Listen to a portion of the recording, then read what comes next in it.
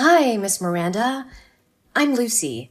I noticed that your son Alex was absent from school today. Is everything okay? Hi, yes, I'm sorry. Alex won't be able to come to school for a while.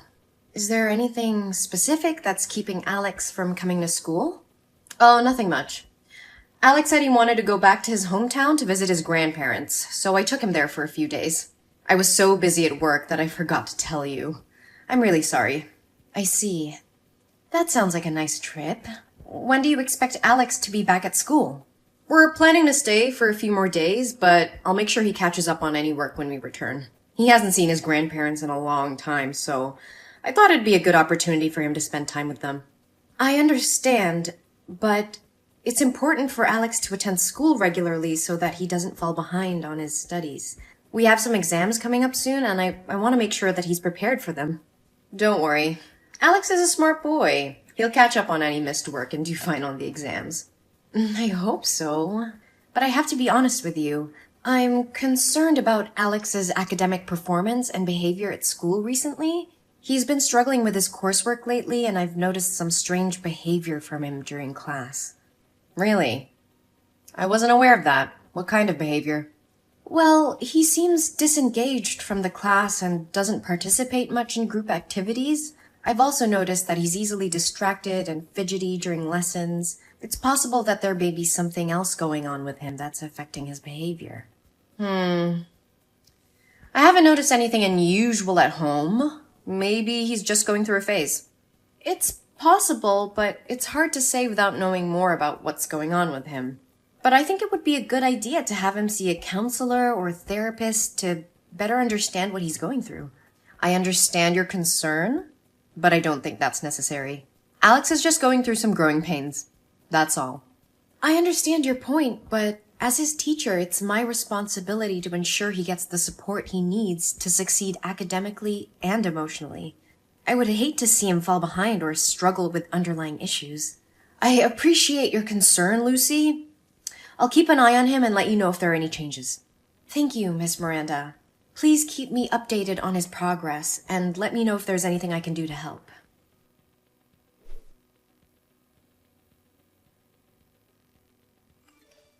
Hi, Miss Miranda.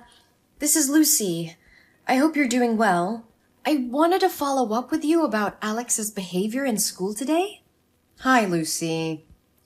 Thanks for checking in. I'm sorry to hear that. What's going on?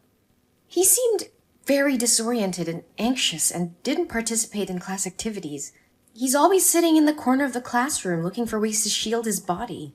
When I asked him about his trip to his hometown, he said he didn't go anywhere and was alone in the house. Oh, I don't know what's wrong with the boy. We did go on a trip to visit his grandparents, but maybe he's just forgotten. Apparently, he even took a picture with his grandparents and wanted me to print it out. I put some pictures in his school bag. You can open it to find them. I see them, but are you sure these are recent pictures of Alex? Because he looks smaller in these pictures. Oh, of course. I'm sure about it. Maybe because Alex has put on weight in the few days he's been with his grandparents. So you see it that way. Yes, but I noticed some bruises on his arms that looked like they were from someone grabbing him tightly, which had me concerned. I just wanted to ask if everything is all right at home. Oh, those bruises. Yeah, he fell down while playing with his friends. It's nothing to worry about. I can't say for sure, but the bruises looked suspicious. And how Alex acted today made me think that something might be going on at home. Miss Miranda, I have to be honest with you. I'm concerned that Alex may have been abused. The bruises on his arms are a red flag for me, and his behavior at school has been really concerning lately. What are you talking about? That's ridiculous. He's my lovely son. I've never had any reason to abuse him. I understand that, but the bruises are still concerning. I would really like to speak with Alex and get a better understanding of what's going on. You know that there's a counseling room for psychology, right? Please take some time to come here and participate in a counseling session with me and Alex. As his guardian, your presence would be required. No. I am not allowing you to do that.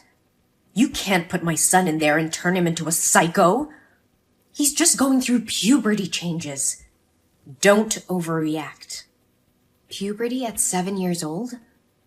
I don't think that's a valid reason.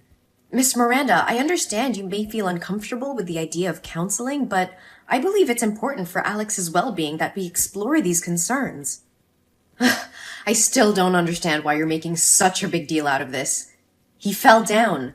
That's all. I appreciate that you're trying to explain the bruises, but as a teacher, it's my responsibility to look out for the welfare of my students. And right now, I'm worried that something might be going on with Alex that's causing him to act this way. You should stop talking nonsense about my son. You are not allowed to touch or talk to my son anymore. I will find a psychiatrist myself, so he'll be treated on my terms. We are dealing with some personal matters that we would rather keep private. I'm going to school to pick him up right now.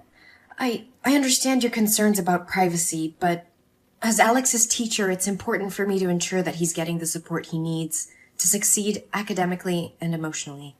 Please let me know if there's anything I can do to help.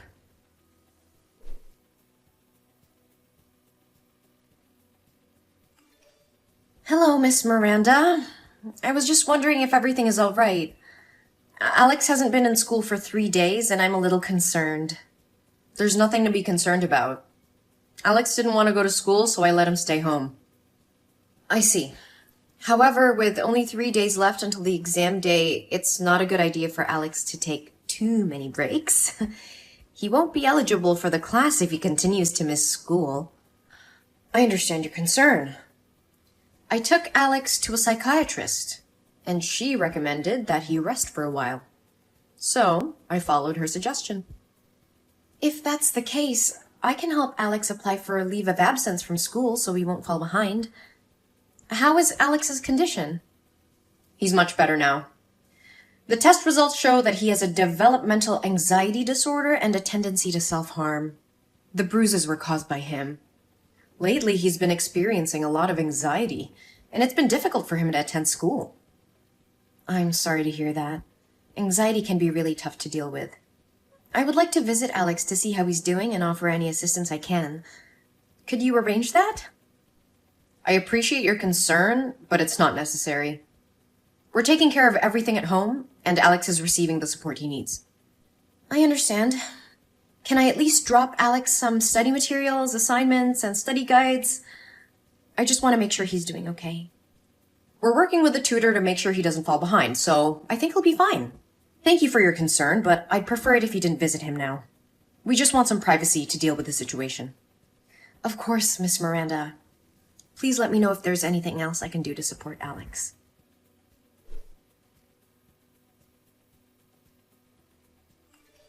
Why are there police officers at my door saying that Alex's teacher reported that I abused him?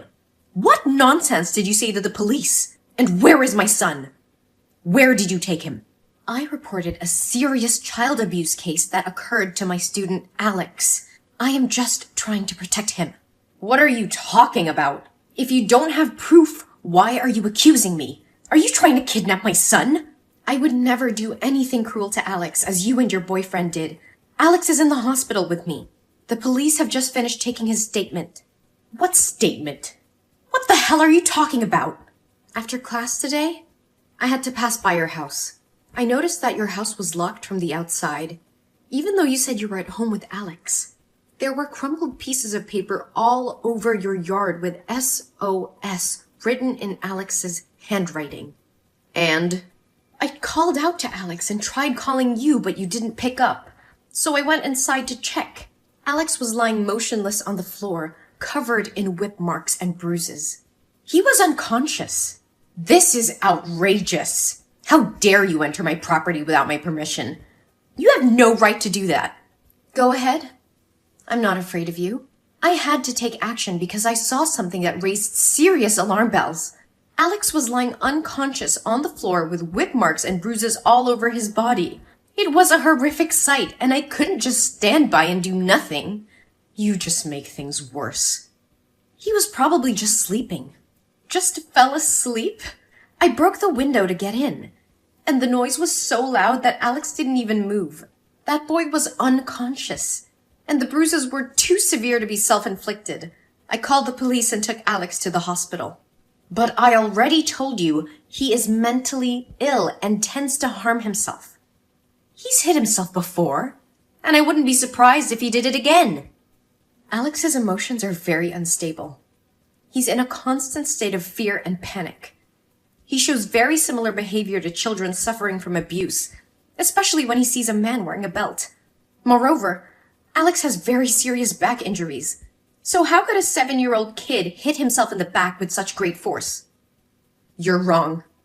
He has a developmental anxiety disorder, and the bruises were caused by himself. The psychologists at the hospital checked Alex, and they said his emotions were very similar to those of an abused child. It's clear that he was physically abused, and you're responsible for it. This is ridiculous. You have no right to accuse me of abuse. I would never hurt my son. I'm not accusing you of anything, but the evidence speaks for itself. Alex's injuries are consistent with physical abuse, and as his teacher, it's my duty to report any suspicion of child abuse to the authorities. Moreover, Alex told us everything. Sam, what you did to your son is despicable. You starved him for 3 days and then left him alone to go on a trip with your boyfriend. And to make matters worse, you are the one who let your boyfriend hit him. He said he begged for your help, but you did nothing but sat on the sofa and watched that man hit Alex with a smile on your face. How could you do that to your own flesh and blood? I don't have to explain anything to you. Alex is my son, and I can do whatever I want with him. No, you cannot. Child abuse is a serious crime, and you will face the consequences of your actions. I have already reported the abuse, and they will take all the necessary measures to ensure Alex's safety. You can't prove anything. It's your word against mine. That freaking kid just imagined it all. Oh, I have proof. The hospital documented Alex's injuries, which will be useful as evidence in court. And let me remind you, there were crumpled pieces of paper with SOS written on them all over your yard. Your son was clearly trying to ask for help, and you ignored his cries. I don't care about your accusations. You will regret getting involved in my business. I will not regret doing what's right for my student. Alex deserves to live in a safe and healthy environment, not in a home where he is starved and abused, and I will make sure justice is served for him. You don't know anything about me or my family. Mind your own business and stay out of our lives. I will not turn a blind eye to child abuse. It's my responsibility as a teacher and as a human being to protect children from harm. I will continue to report any suspicious behavior or signs of abuse, no matter who it involves. Listen, I understand that you care about Alex, but I also know that kids can make things up. Alex could have just fallen and injured himself. You don't want to ruin my life and my family's life over something that might not be true, do you? I'm willing to pay you a large sum to testify that Alex lied about the abuse. I won't do it. Alex didn't lie, and I won't perjure myself in court just because you want to cover up your crimes. I can't turn a blind eye to what Alex is going through. Money won't change my mind. But think about it. You could have all the money you need. No more struggling to make ends meet. Just say that Alex made it all up, and we can put this whole thing behind us. I can't do that, Miranda. Money won't make me betray a child who needs help. I won't let you get away with abusing your own son. And you should be ashamed of yourself for even suggesting such a thing. I'm not afraid of you, Miranda. I'll do whatever it takes to protect Alex. I can't understand. Why are you so determined to protect that brat? Because I can relate to his situation.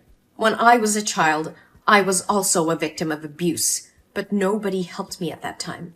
I know firsthand how it feels to be helpless and vulnerable, and I don't want anyone else to go through what I went through.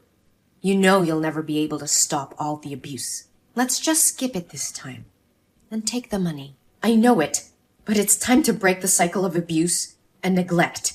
I will do everything in my power to make sure Alex gets the love and care he deserves. You should stop talking nonsense. One day you'll have to pay the price for meddling in other people's family affairs, bitch. Hey! Answer me! I will kill you! Damn it!